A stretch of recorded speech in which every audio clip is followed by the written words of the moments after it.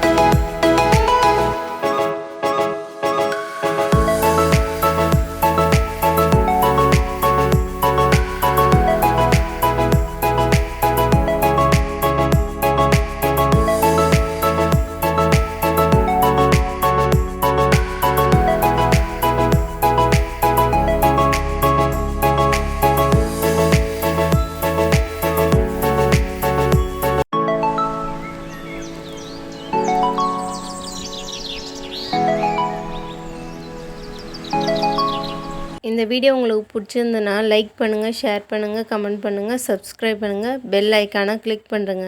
Thank you friends.